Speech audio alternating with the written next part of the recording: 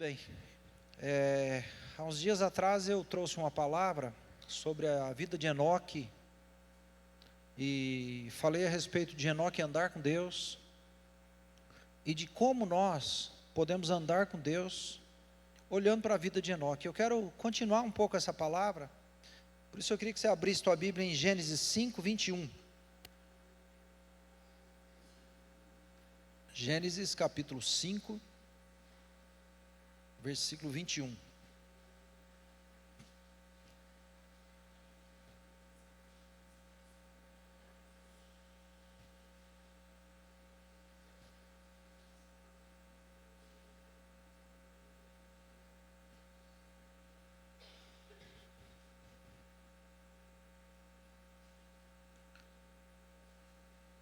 Toma uma.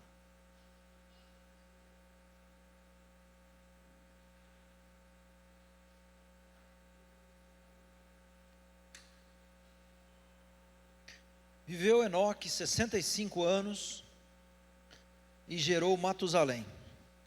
E andou Enoque com Deus, depois que gerou a Matusalém, 300 anos, e gerou filhas e filhas. E foram todos os dias de Enoque 365 anos. Andou Enoque com Deus, e não apareceu mais, porquanto Deus para si o tomou. Isso é um pouco do que relata a Bíblia a respeito da vida de Enoque. E nós vamos perceber que tem pouca coisa mesmo que a Bíblia relata a respeito de Enoque. Mas esse pequeno texto fala muito para nós a respeito da vida desse homem, a respeito de algumas características, né? E eu citaria 4, eu não vou ministrar sobre essas 4 características, porque não vai dar tempo. Eu vou tentar falar uma ou duas, né? Mas ele nos ensina uma vida de fé. Esse é o primeiro ponto que a vida de Enoque, nesses 300 anos que ele viveu com Deus. Por que 300? Porque a Bíblia mostra que parece que ele passou a andar com Deus depois dos 65 anos, quando ele teve um filho e chamou esse filho de Matusalém.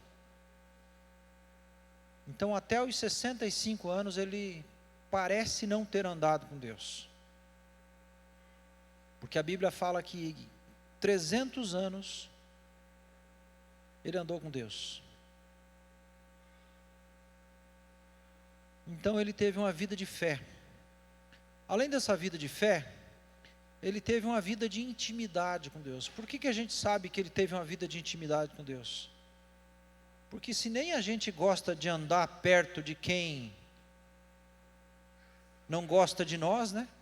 Imagine Deus.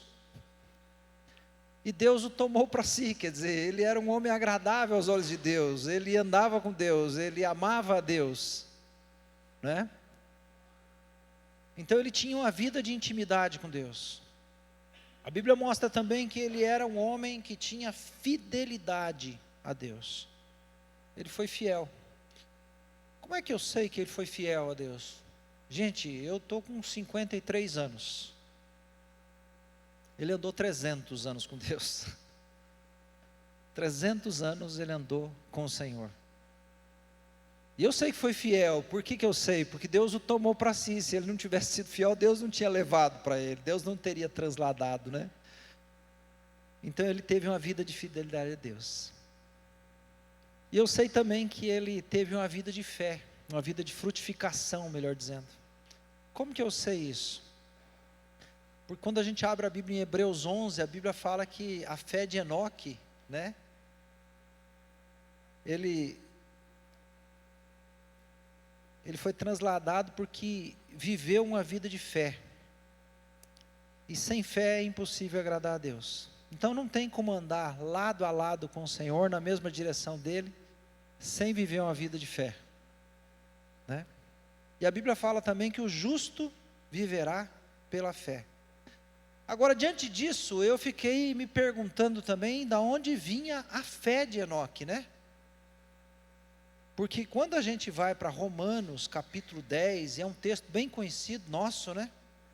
A gente descobre lá em Romanos 10, que a fé vem pelo ouvir, ouvir a palavra de Deus, não é isso? Não é isso?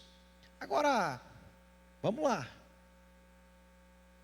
Eu sei que Enoque viveu uma vida de fé, a Bíblia mostra isso. Como é que ele então tinha fé, se nesse tempo não tinha a Bíblia escrita igual essa aqui, ó?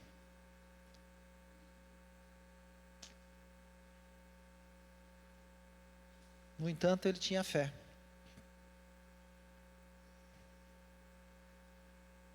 E tamanha era a fé dele que Deus o tomou para si.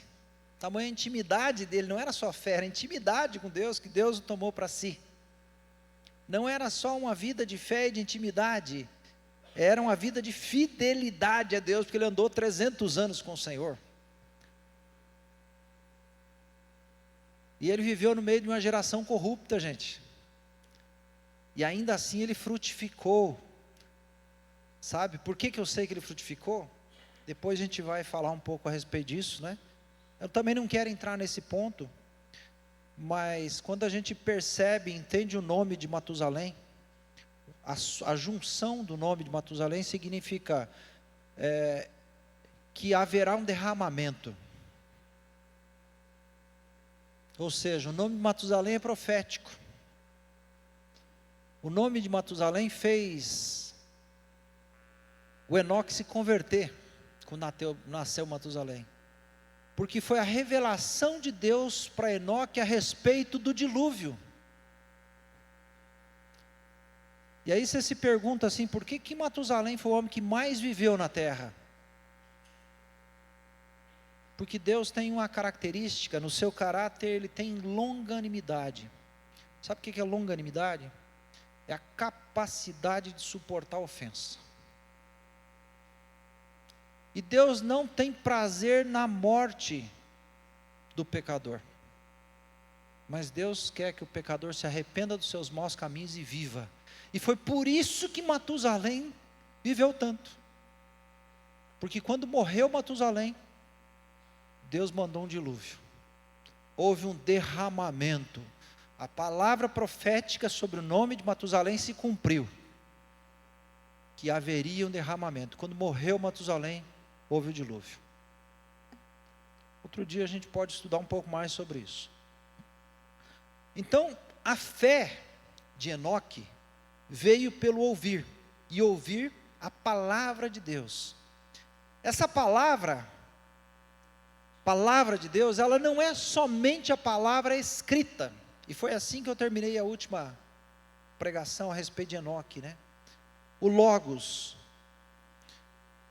A palavra escrita de Deus, a palavra doutrinária de Deus, ela é traduzida ou ela é descrita como Logos.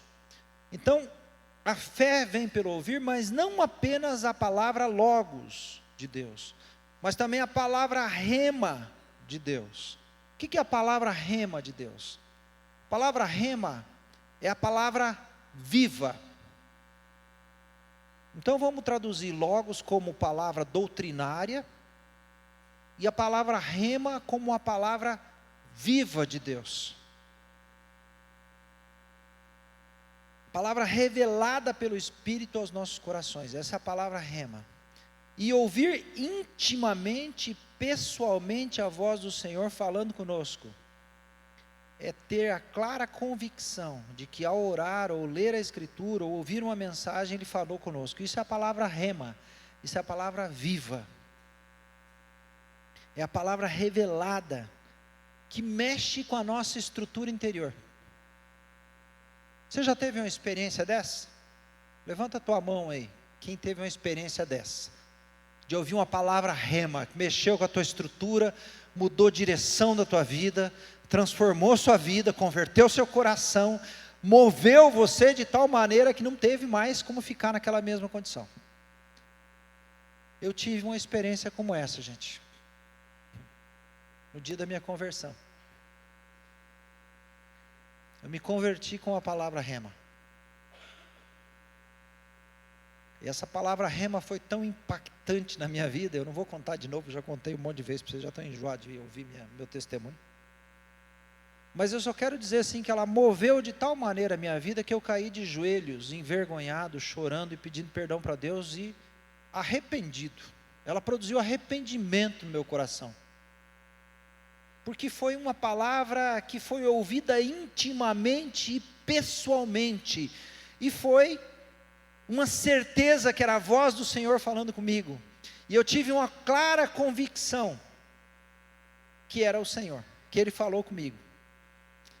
E essa palavra viva mexeu com a minha estrutura. Ela mexeu de tal maneira com a minha estrutura, que a partir daquele dia,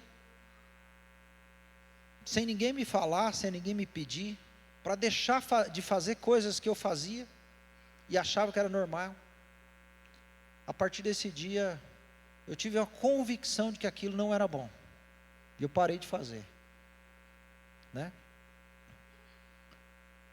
Deus não me transformou completamente nesse dia, e falou assim, puxa, a vida acabou tudo, agora mudou completamente, não. Eu tinha muita coisa de resistência ainda dentro de mim, e eu fiquei quase 6 meses sem frequentar nenhum lugar, por causa de algumas resistências interiores, assim. Vamos mudar essa palavra, né? Orgulho,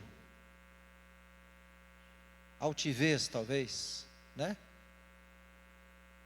Até que eu me encontrei com a igreja, me apaixonei pela igreja. Então essa palavra não é só escrita, mas é uma palavra viva. Então a palavra de Deus, ela tem 2 aspectos, vamos dizer assim. Tem um aspecto que é o aspecto judicial, que é o logos, e tem um aspecto que é o orgânico, que é o lado vivo. O lado judicial, o aspecto judicial da palavra é revelado pelo logos, ou a doutrina. E ela é necessária para a gente conhecer de forma objetiva a palavra de Deus, de maneira prática. Alguém tem dúvida que a palavra de Deus manda a gente não matar? Alguém tem dúvida? Não? Não, né? Que bom, graças a Deus, né? Alguém tem dúvida que a palavra de Deus fala para a gente não roubar? Não, né? Porque a palavra de Deus ela é clara, ela é doutrinária e objetiva, prática. Esse é o logos. E o logos é necessário para que a gente conheça Deus de maneira objetiva e clara. Mas tem um lado orgânico da palavra, que é a palavra rema, que é a palavra viva, é a palavra instantânea de Deus, e ela se torna parte da nossa vida.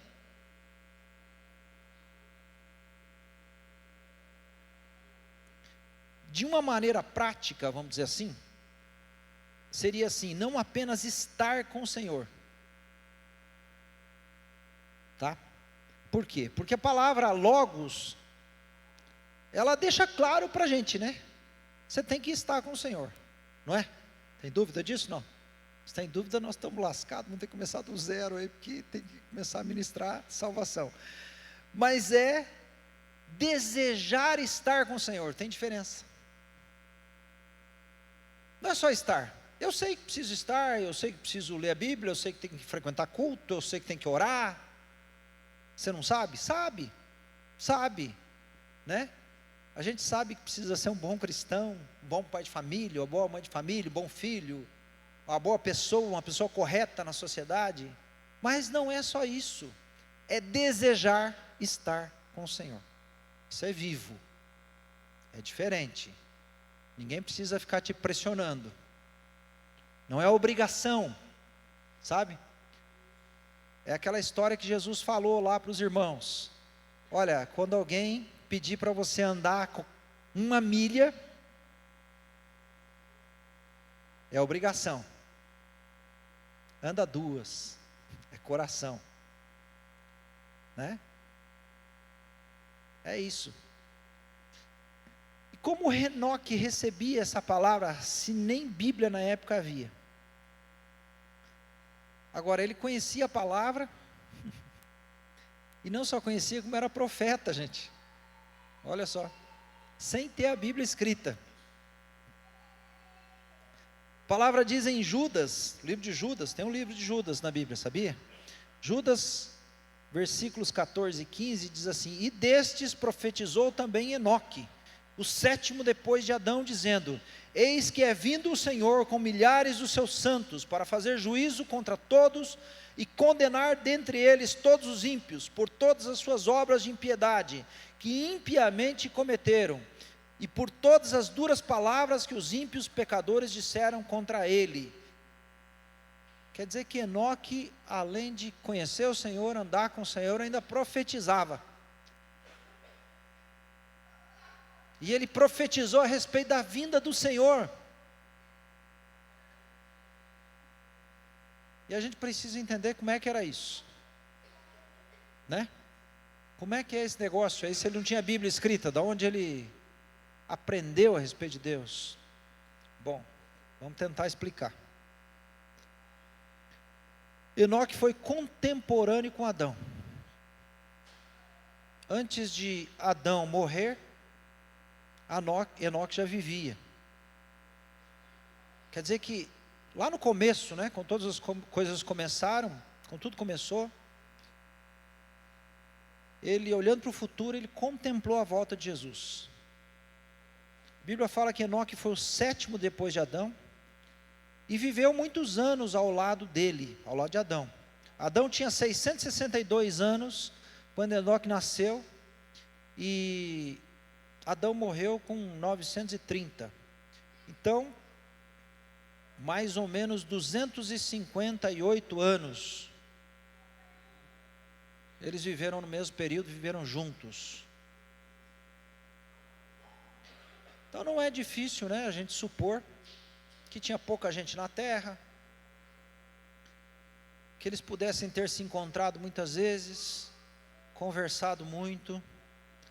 Eu penso, escuta só essa palavra, eu penso, tá? Que ele deve ter perguntado para Adão como que era lá no paraíso, como era ter comunhão com Deus, como era andar diariamente com Deus. A gente pode até imaginar Adão, né? Porque às vezes a gente olha para Gênesis e acha assim que um nasceu e morreu sozinho, não tinha mais ninguém naquela geração. Aí o outro nasceu também, não tinha mais ninguém, nasceu, cresceu, viveu, morreu. A gente acha que o outro também nasceu, cresceu, viveu, morreu, e que eles não tiveram épocas contemporâneas. Então eu fico imaginando o encontro de Enoque com Adão, e Adão com os olhos cheios de lágrima,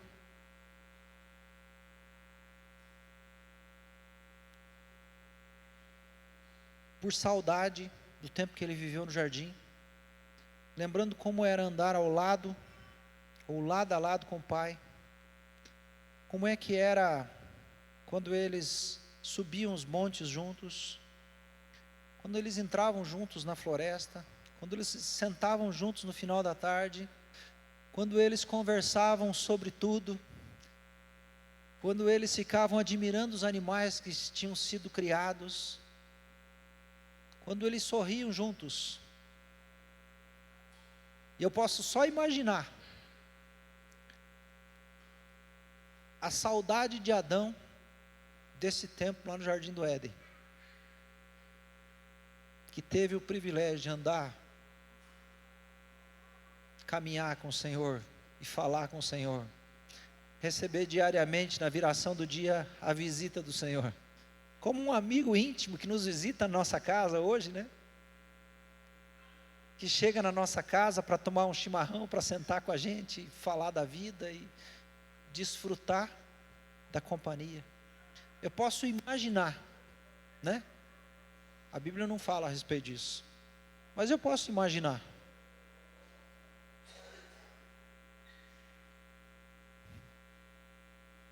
Que, com certeza, essas conversas de Enoque com Adão, oi minha princesa,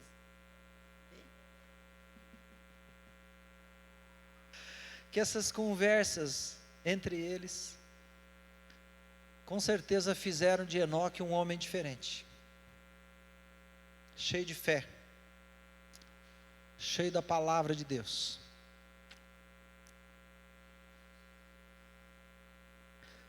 E foi por isso que Enoque andou com Deus. Porque ele conheceu um Deus vivo. Um Deus vivo. E a palavra desse Deus era viva. Ele não tinha a palavra escrita, mas ele tinha a palavra rema, palavra viva, que chegava ao coração dele, pelo testemunho de Adão, falando a respeito do Deus a quem ele andou, com quem ele andou.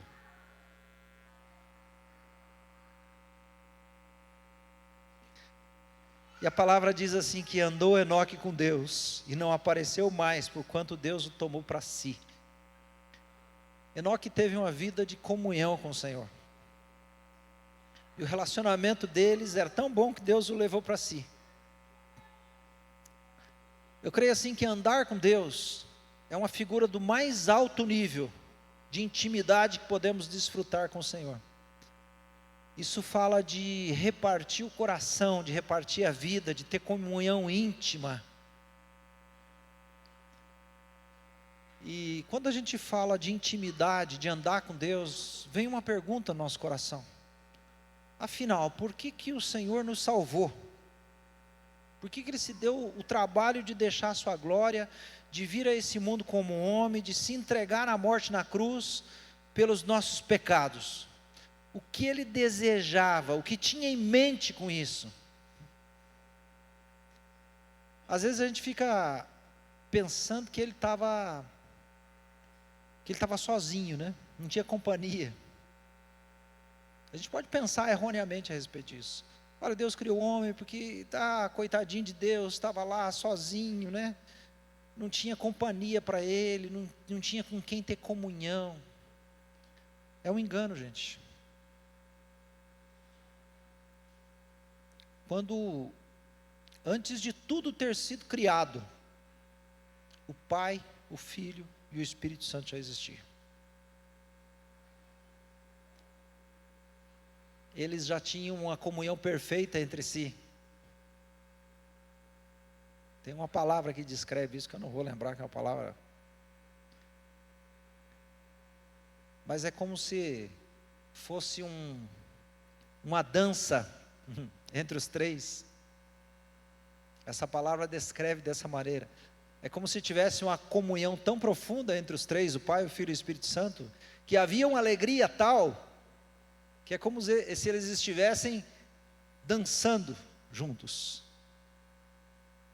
Então não foi por carência afetiva que Ele criou o homem.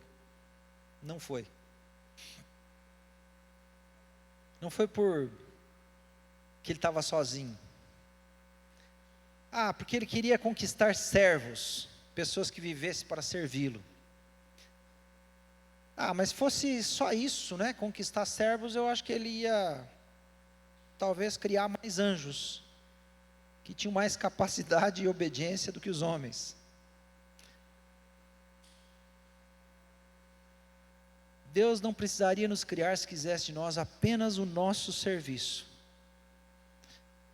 Mas o propósito de Deus continua sendo ainda encontrar homens e mulheres que queiram ter comunhão e andar com Ele diariamente, em um relacionamento íntimo e pessoal. Esse continua sendo o propósito do coração de Deus. E eu quero falar um pouquinho a respeito da importância dessas duas expressões da palavra de Deus, do Logos e do Rema. Queria que você abrisse tua Bíblia em Mateus capítulo 9, versículo 9.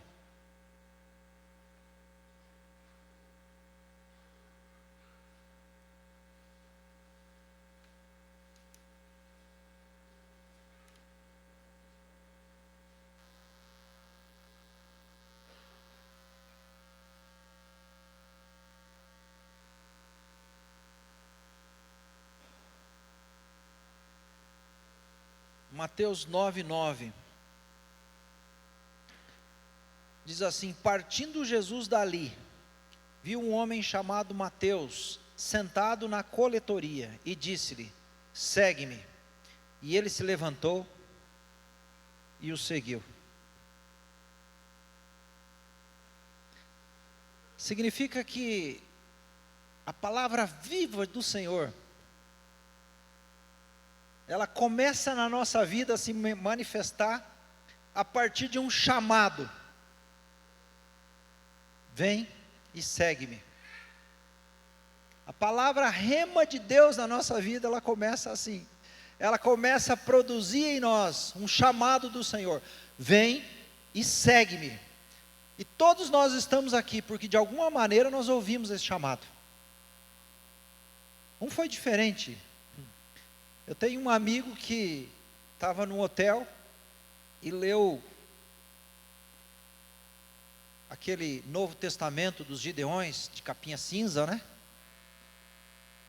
E ele era bem doidão, estava numa crise, e abriu, e leu, e ele teve um desmaio, e ele bateu a cabeça numa cômoda, e cortou a cabeça com esse desmaio, e sangrou muito. E esse episódio todo chamou muito a atenção dele, e ele se converteu ali. Na verdade foi um chamado do Senhor, que tinha alguma coisa errada na vida dele. Mas cada um tem uma história de chamado, e eu queria que você resgatasse o chamado de Deus na tua vida, lembrasse do chamado de Deus, o dia que o Senhor te chamou, o dia que você se encontrou verdadeiramente com o Senhor, que essa palavra de Deus, ela entrou no teu coração de tal maneira que mexeu com a sua estrutura, sabe? Isso precisa ter um dia, isso precisa ter uma hora, talvez, eu não lembro exatamente se foi no dia 23, dia 26, dia 2, dia 3, dia 4, dia 5, eu não sei porque eu não anotei o dia. Talvez você, como eu, não tenha anotado esse dia. Eu não lembro nem o mês. Mas eu sei que aquilo mexeu na minha vida. Eu sei que aquilo impactou minha vida. Eu sei que aquilo transformou minha vida. Sabe? A gente precisa saber, porque foi um ponto de convergência, porque tem um marco ali na nossa história, o dia que a gente se encontrou com o Senhor, e a gente precisa saber desse dia, porque esse é o dia mais importante da nossa vida. Sabe um dia que foi importante na nossa vida? O dia que a gente nasceu, e esse dia ficou registrado, né? Se vocês quiserem anotar o dia que eu nasci, foi o dia 9/10/1969, podem me dar presente. Mas, esse dia nasceu o homem carnal, e nesse dia, que eu não sei exatamente o dia do mês,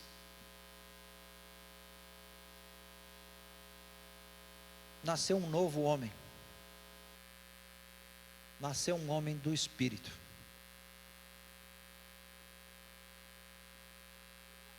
Por isso que isso tem que ser importante para você, porque esse dia ele põe um marco na nossa história, ele mostra para mim quem eu era, aquele sujeito que não valia nada, né? Que não tinha bem algum, que não tinha valor nenhum. Isso é muito claro para mim. Para uma pessoa que encontrou algum valor porque o Senhor pôs valor na vida dele, não foi porque eu mereço, não foi porque eu sou bonzinho, é porque Deus olhou para mim e resolveu pôr em mim do seu Espírito, senão continuava sendo aquele trapo de imundície.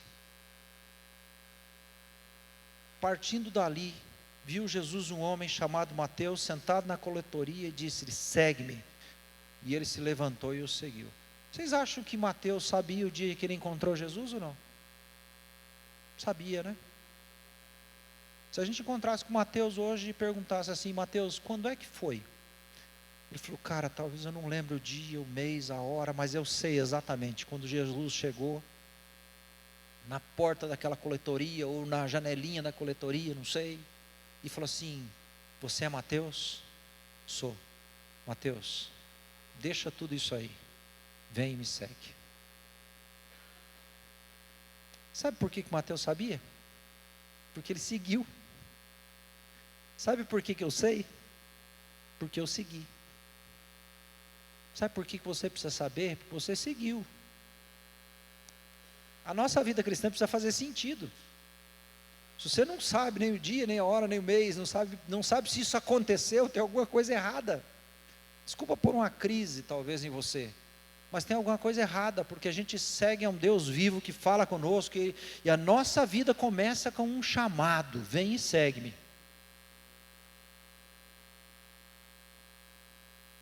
Vem e segue-me. E se você entrou em crise, me perdoe, não foi meu objetivo, mas a crise é boa. A crise é como uma escada, é como nós nos deparássemos com o degrau, e a crise é o espelho. Ou seja, para enfrentar um novo degrau, toda vez eu preciso me deparar com o espelho.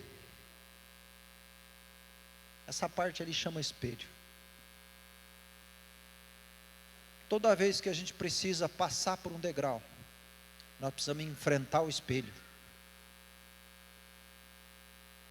E o espelho reflete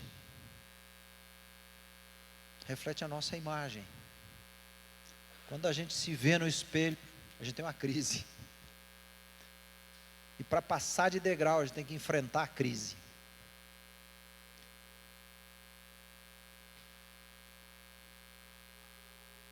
João capítulo 1, não precisa abrir, só para a gente ir mais rápido, eu vou ler, vocês conhecem bem. Capítulo 1, versículos 1 a 5, diz assim: no princípio era o verbo, e o verbo estava com Deus, e o verbo era Deus, ele estava no princípio com Deus, e todas as coisas foram feitas por intermédio dele, e sem ele, nada do que foi feito se fez. A vida estava nele, e a vida era a luz dos homens, e a luz resplandece nas trevas, e as trevas não prevaleceram contra ela. Jesus veio ao mundo como homem, viveu entre nós. Jesus, sendo Deus, se fez carne e habitou entre os homens. A palavra, o verbo, se tornou vida. Então, quando Jesus chama Mateus, era a palavra rema, era a própria palavra que se tornou carne e agora produziu vida.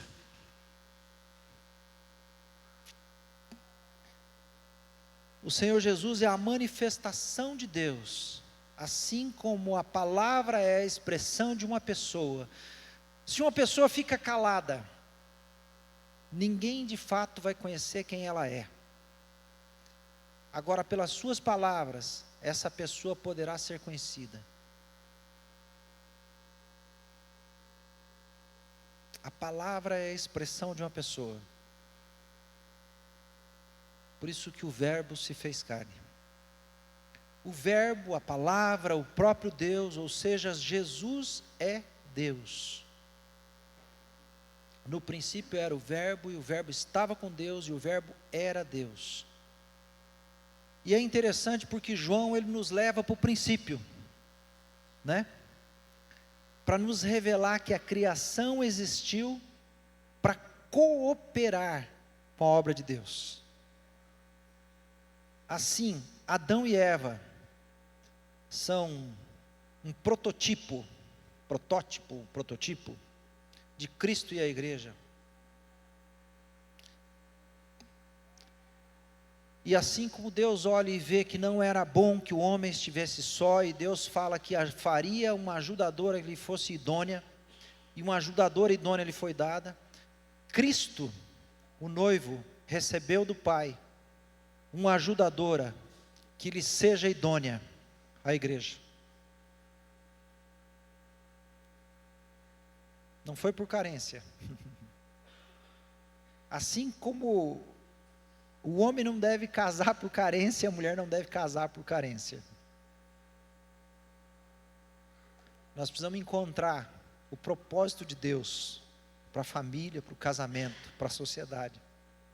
Assim a igreja é a noiva do Cordeiro. Eu vou levar vocês para um outro texto, Em algumas Bíblias de vocês vai estar incompleto, que é assim, Efésios 5, 25 a 31, diz assim: maridos, amai as vossas mulheres, como também Cristo amou a igreja e a si mesmo se entregou por ela, para que a santificasse, tendo-a purificado por meio da lavagem de água e pela palavra, para apresentar a si mesmo igreja gloriosa, sem mácula, nem ruga, nem coisa semelhante, porém santa e sem defeito. Foi por isso que o Senhor se entregou. Assim também os maridos devem amar a sua mulher como o próprio corpo. Quem ama a sua esposa, a si mesmo se ama, porque ninguém jamais odiou a sua própria carne, antes a alimenta e dela cuida, como também Cristo o faz com a igreja, a alimenta e a cuida.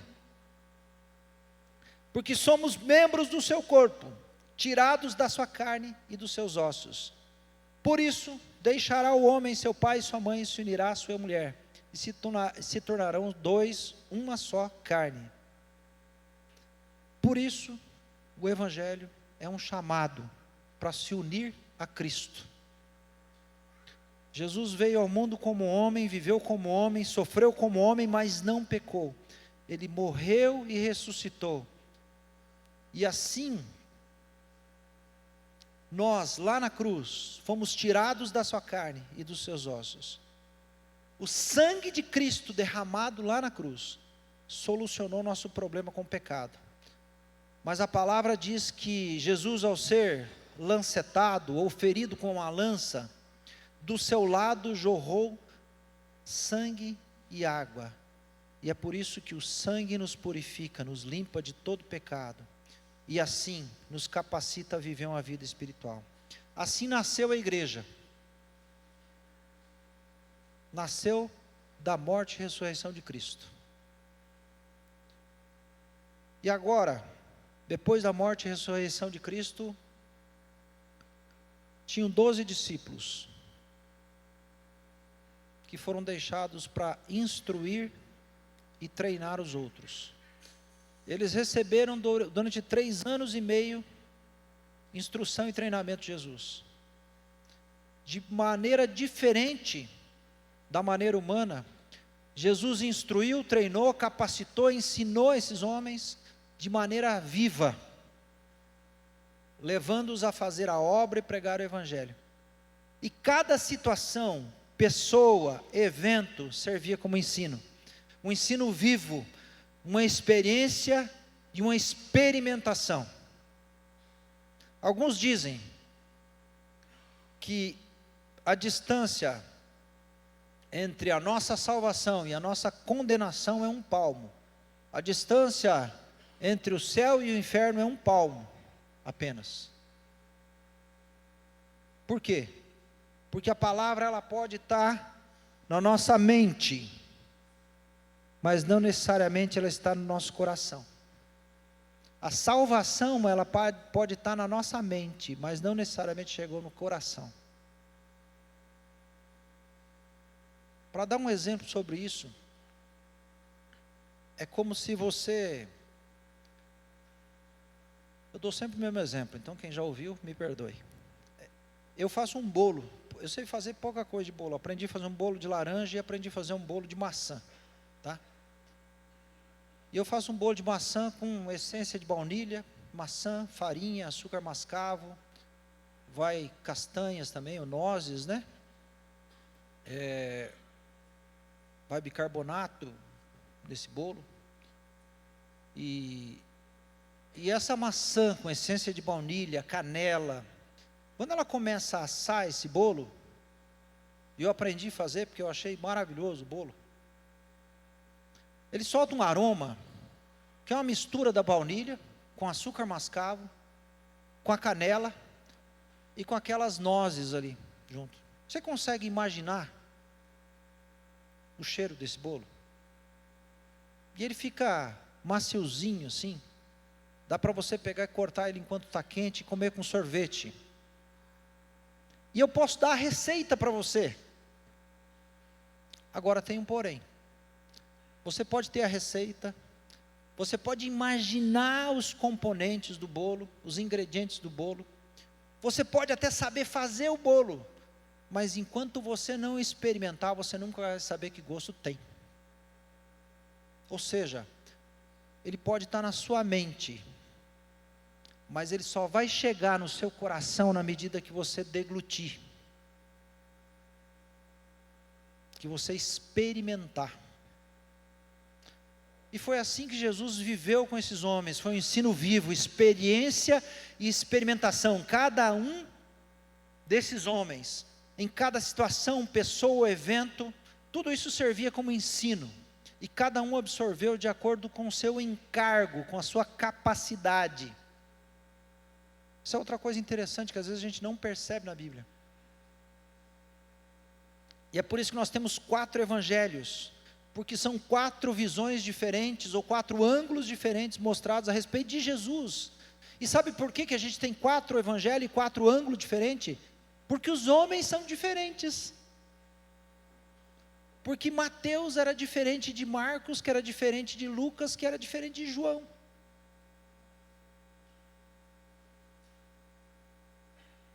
Os homens são diferentes uns dos outros, e por isso nós temos 4 ângulos diferentes. Então vou falar dos 4 evangelhos. Mateus era publicano. Às vezes a gente olha também a palavra publicano e não entende como é que era ser publicano. Publicano vem de público.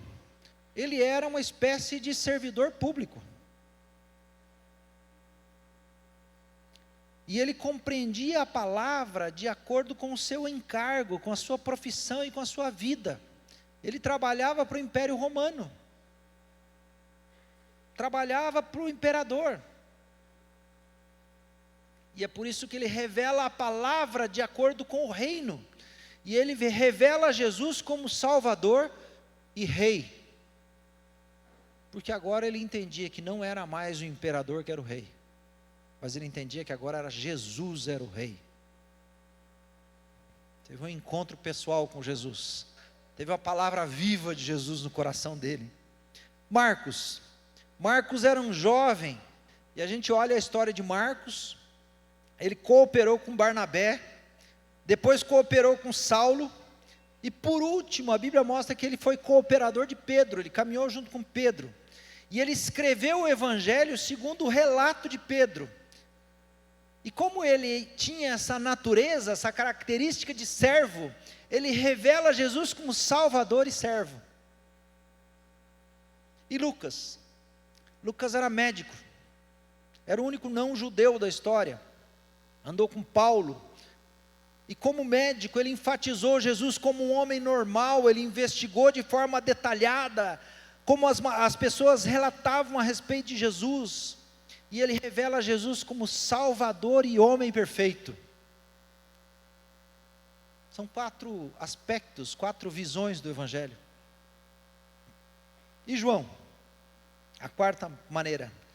João passa 20 anos na prisão, no exílio, e recebe do próprio Cristo uma revelação a respeito da obra do Senhor. E essa visão e revelação é que Jesus é o Senhor. É o ponto mais alto. O ponto mais alto era viver no Espírito.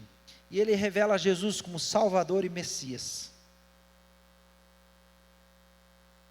Esse é o 4º aspecto do Evangelho. Primeiro ele tem uma revelação pessoal. E depois ele escreve para instruir a muitos servos. E é importante a gente entender que Jesus não falou de um a um com as pessoas, né? Ele sentou com os discípulos. Semana passada o Samuel trouxe uma palavra tremenda aqui sobre o Sermão do Monte, né? Que tinha uma multidão, mas Jesus se vira para os discípulos e começa a falar o Sermão do Monte. Às vezes a gente olha para aquele Sermão do Monte e pensa assim, poxa vida, Jesus subiu no monte porque tinha uma multidão e ele queria falar para a multidão inteira. E a gente ignora os detalhes da palavra. Jesus revelou a João para que ele revelasse aos demais. Jesus veio ao mundo para revelar Deus para as pessoas. E João veio apresentar Jesus como Deus e veio introduzir Deus em nós. O Deus conosco se fez carne e se fez o Deus de perto. Cristo se tornou o Espírito para estar sempre conosco. É por isso que em 1 Coríntios 15:45 diz assim: o primeiro homem, Adão, foi feito alma vivente. O último Adão, porém, é espírito vivificante. Alguns acreditam que João escreveu o primeiro Apocalipse e depois escreveu as cartas. Tem um conflito a respeito disso. Alguns acreditam que João, no ano mais ou menos 60, 61 a 62, depois de Cristo, escreveu o Apocalipse. E depois do período de exílio que ele escreveu então, o Evangelho de João e as cartas de João. Não se tem comprovação a respeito disso. Mas o fato é que é muito interessante, quando em Apocalipse, o apóstolo João escreve a respeito da igreja de Éfeso. Em Apocalipse 2 diz assim: o anjo da igreja em Éfeso escreve: estas coisas diz aquele que conserva na mão direita as 7 estrelas, e que anda no meio dos 7 candeeiros de ouro.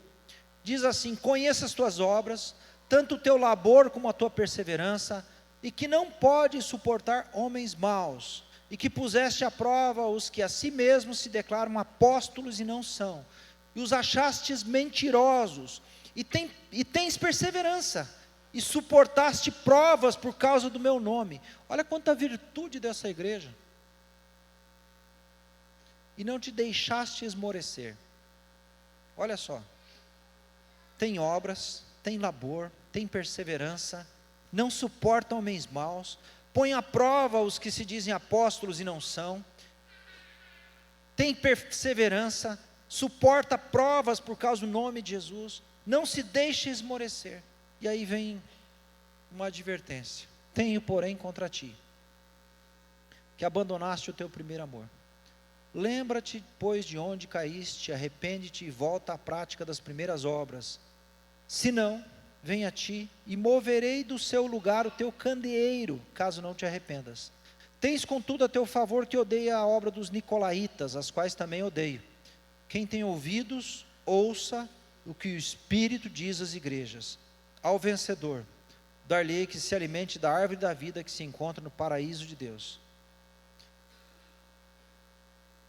Os irmãos de Éfeso tinham trabalho, viviam de acordo com as verdades da Bíblia, tinham perseverança, mas faltava vida.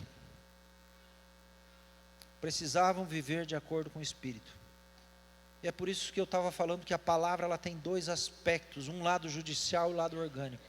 Um destaca o logos, a doutrina, a forma judicial, que é necessária para nos fazer conhecer Deus de modo objetivo, modo prático. Por exemplo, a palavra em Efésios diz assim: aquele que roubava, não roube mais. É isso, né? Isso é o logos. É a palavra prática. Precisa falar mais alguma coisa a respeito disso? O sujeito roubava, não roube mais. É doutrina, é jurídico, é regra. E eles entenderam claramente a respeito disso. A outra palavra é a rema, palavra de Cristo viva. E aí entra o final dessa frase, desse texto. Diz assim: aquele que roubava, não roube mais, mas agora trabalhe para ter com que repartir. Você percebe que a palavra saiu da mente e foi para o coração? Porque uma coisa é você parar de roubar e viver de maneira honesta. E tem muita gente dentro da igreja que vive de maneira honesta. A Bíblia fala assim, que aquele que mentia não minta mais. Tem muita gente que se converteu e parou de mentir. Efésios diz assim, que aquele que falava a palavra torpe, não fale mais. Tem muita gente que parou de falar a palavra torpe. Mas tem um problema. Se a gente não praticar a palavra no Espírito, a gente vai permanecer na esfera da alma. E na esfera da alma é impossível que a vida divina cresça. Porque em João 6,63 diz assim: o Espírito é o que vivifica, a carne para nada se aproveita. As palavras que eu vos tenho dito são Espírito e são vida. Então João viu que os irmãos de Éfeso tinham verdades, mas estavam na esfera judicial. O Espírito estava ausente, por isso não conseguiu manifestar vida. Eu vou parar aqui. Tinha mais coisa para falar, mas eu vou parar aqui. Eu só quero dizer que nós podemos nos encontrar com o Evangelho dessas duas maneiras. Eu posso me encontrar com o Evangelho como uma palavra logos. Não mate, não minta, não fale palavra torpe, né? Não traia, não roube. Mas quando essa palavra sair da minha mente e entrar no meu coração, ela vai produzir muito mais do que isso. Não é só não mate, é ame. Não é só não roube, é trabalhe para ter com que repartir. Não é para acumular, é para repartir.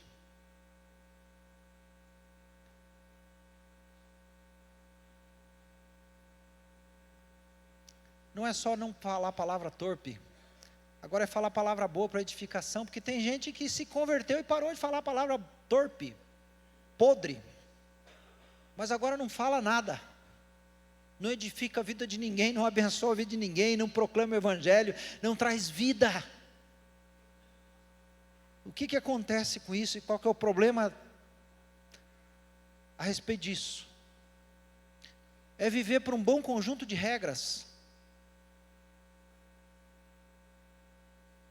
Algumas tribos indígenas que não conhecem o Evangelho, não se matam entre si, não roubam, não cobiçam a mulher do próximo, porque tem um conjunto de regras muito boa e eles zelam por essas regras. Não conhecem Jesus. E aí é interessante, porque eles não matam os da mesma tribo, mas matam da tribo vizinha. Não roubam nada ali dentro da tribo deles, mas roubam da tribo vizinha. Você entende que o conjunto de regras não é suficiente para nos levar a andar com Deus, como Enoque andou com Deus? Ficou claro isso?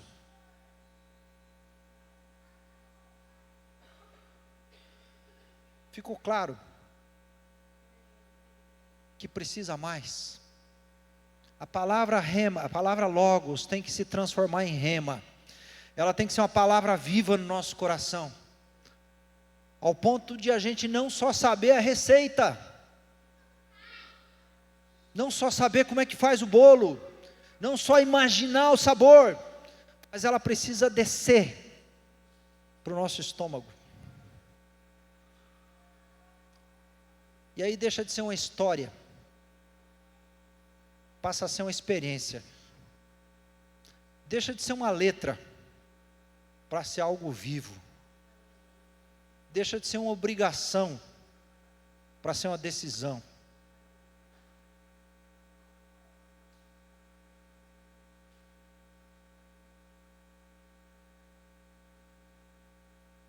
Eu tinha um pouco mais de coisa para falar, mas vou parar aqui. Mas eu queria que vocês guardassem muito bem isso. Essa palavra tem inquietado meu coração. Eu vou ter que falar um pouquinho a respeito de como é que transforma essa palavra logos em palavra rema, senão vocês vão ficar incompleto.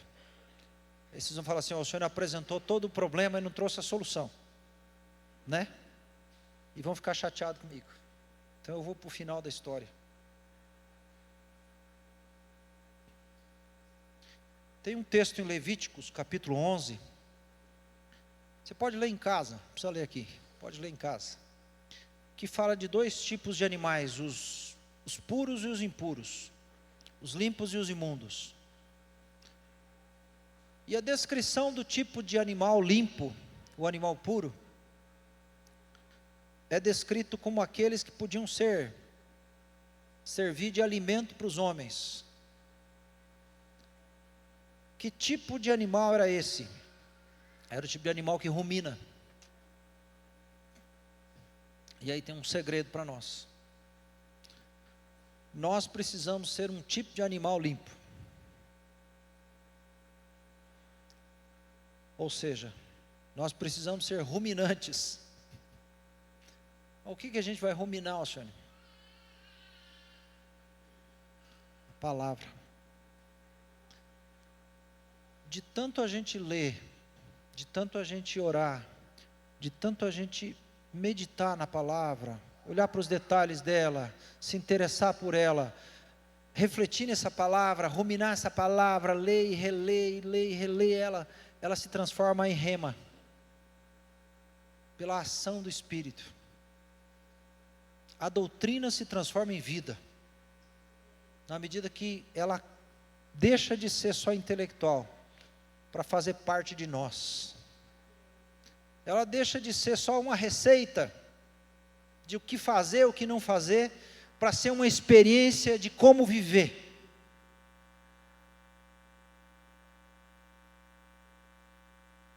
Então é a palavra.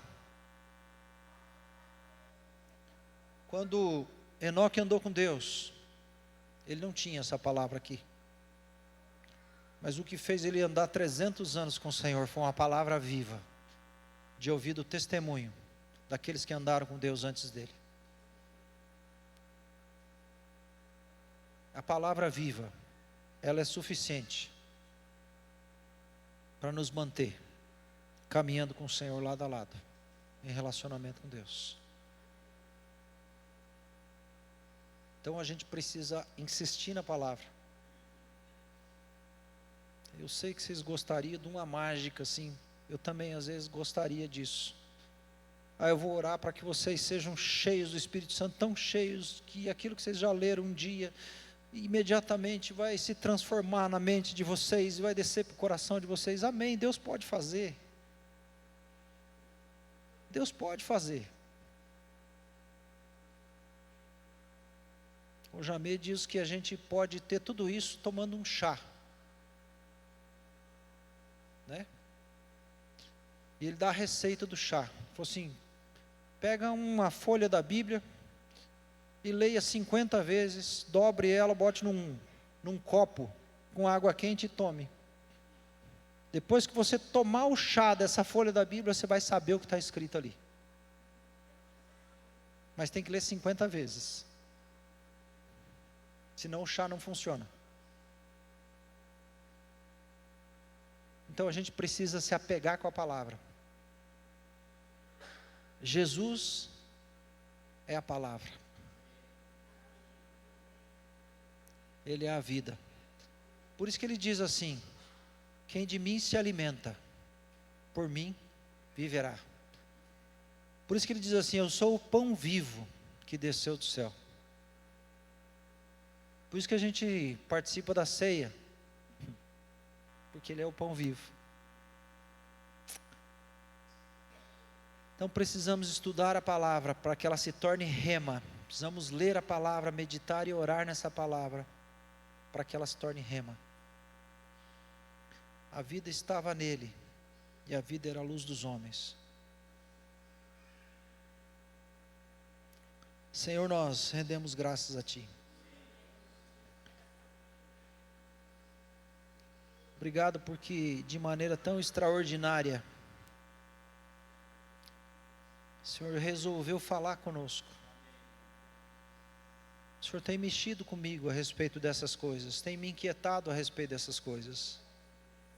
E eu quero repartir com os meus irmãos, minhas irmãs aqui, daquilo que eu creio que o Senhor tem inquietado meu coração. Porque essa palavra tem mexido comigo, a respeito de não ficar apenas na letra, mas ficar na vida. E eu quero te pedir, Senhor, que o Teu Espírito Santo toque no coração dos meus irmãos e irmãs aqui. Da mesma maneira como o Senhor um dia falou com Enoque, de maneira tão simples como o Senhor sempre faz, de maneira tão preciosa como o Senhor sempre faz, de maneira tão amorosa como o Senhor sempre faz. O Senhor não precisa de um barulhão, o Senhor não precisa nem de um bom pregador, o Senhor precisa só da bondade e misericórdia,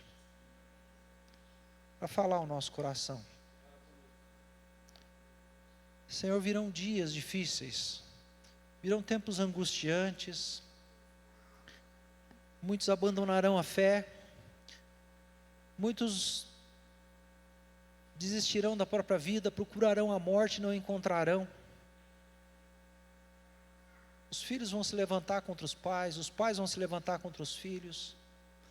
Haverão homens amantes de si mesmo, traidores, apóstatas, desobedientes aos pais. Esses são os tempos que virão.